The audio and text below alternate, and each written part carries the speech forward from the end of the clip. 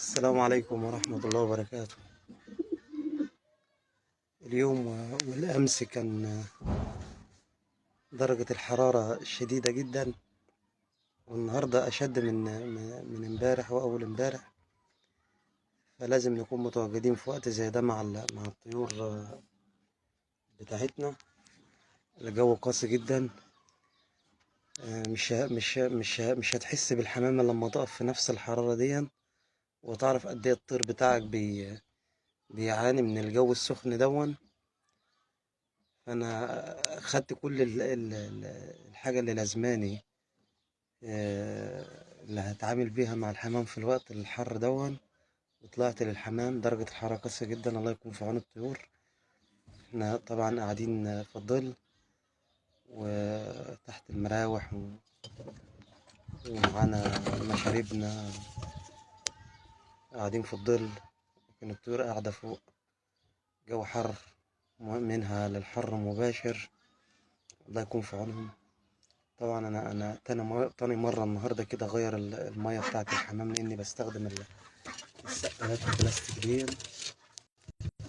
فدي بتخلي الميه في درجات الحراره العاليه دي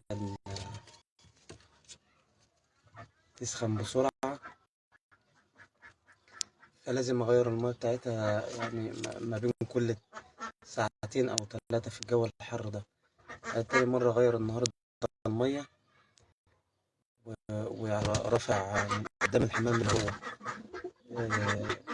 عنده اجهاد حراري زياده، رفع من قدامه الاكل ومخليله الميه بس. آه، وبستخدم في درجة عالية البخاخ ده، ومستخدم بخاخ لرش الطيور من المية، لأن أنا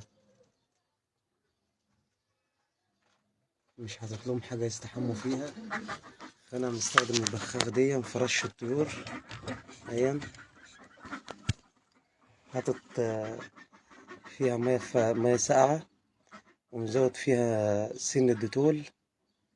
وكل شوية أطلع أرش الحمام رشة كده على الماشي، حتى اللي راقد على بيض زي كده برضو برشه. ما تقلقش من الشجرة والبيض حاجة، بس ما تغرقش البيض مية جامد. يعني ده حمام راقد على بيض رشيناه، ده حمام برضه راقد على بيض رشيناه برضه، وغير بقية الحمام اللي ورا. الحاجات دي كلها بتقلل من الإجهاد الحراري في جسم الطيور، وبتحمي الطيور من مشاكل الإجهاد الحراري. طبعا الإجهاد الحراري بيعمل مشاكل في الكبد، وممكن يعمل نزيف داخل للطيور. فاحنا بنلحقها على طول بتغيير المية والبول، والشاور بتاع الحمام مطلوب، سواء انت هترش بخاخ او هتحط لهم مية يستحموا بيها في الوقت الحر ده. تبدأ الأكل تشيله طول النهار في الوقت الحر دون، وت... وتحط الأكل في الطراوة بعد العصر بساعة ولا حاجة، قبل صلاة المغرب بساعة. تحط للطيور الأكل تاكل، وتشيله تاني. ممكن تستخدم أملاح هيدروسيف في المية لو أمكن. مأمكنش يبقى تغير المية على طول مية ساقعة. مش ساقعة أوي إن أنت تجيبها من التلاجة تحطها للطيور، لأ. أهم حاجة مية ما تكونش سخنة، وتغيرها باستمرار. كل ما الاقي المية سخنة قدام الطيور أغير المية باستمرار.